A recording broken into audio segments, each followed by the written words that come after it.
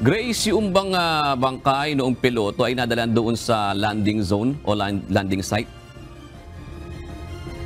June, magandang hapon. Bukas pa sa December 8 ay dadalhin ng mga rescuer ang labi ng piloto sa helicopter landing zone para doon kukunin ng Philippine Air Force papunta sa Cagayan City. Wala nang buhay nang matagpuan ng mga rescuer ang piloto ng bumagsak na Piper plane sa may bulubunduking bahagi ng bayan ng San Mariano, Isabela. Sa update ng Incident Management Team o IMT Isabela, bandang alas 11 ng umaga kanina nang marating ng mga rescuer ang crash site. Dito natagpuan ang wreckage ng eroplano na may tail number RPC 1234. Bangkay na nang matagpuan ang piloto. Habang nawawala pa rin ang babaeng pasahero. Pero hinala ng mga rescuer posibleng buhay pa umano ang pasahero dahil sa nakitang makeshift o pansamantalang masisilungan na malapit sa debris ng eroplano. Sa ngayon ay pahirapan ang signal sa lugar kaya limitado pa ang mga detalye.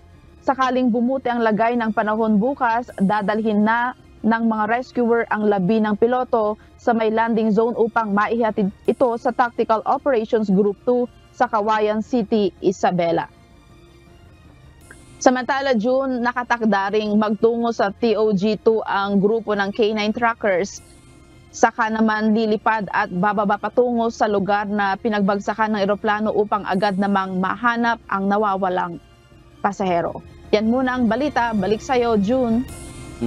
Grace, may nabanggit ba yung mga rescuer kung gaano kalayo yung crash site doon sa landing zone? Kasi siyempre, lakad lang naman ang gagamitin nila dyan, di ba, Grace?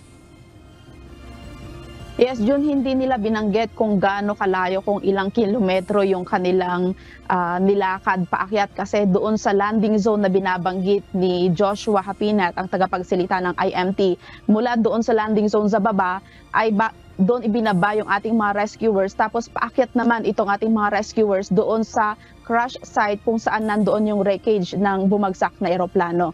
Kaya ang sabi din ng MDRRMO Palanan ay ang nabanggit niya sa atin ay yung isang team ng rescuer ay nag-back out kaninang umaga dahil nga sa hirap ng tarik at dulas ng mga kalsada na kanilang tatahakin papunta nga doon sa crash site. June? Sinasabi mo nga kanina, Grace, may palatandaan na maaaring buhay pa yung pasahero, no, na babae, na nag-iisa lang naman yung pasahero. Meron bang impormasyon naman doon na maaaring may mga nakatira o bahay o mga katutubo doon sa bundok na o doon sa crash site, malapit doon sa maaaring may mga katutubo doon na Grace?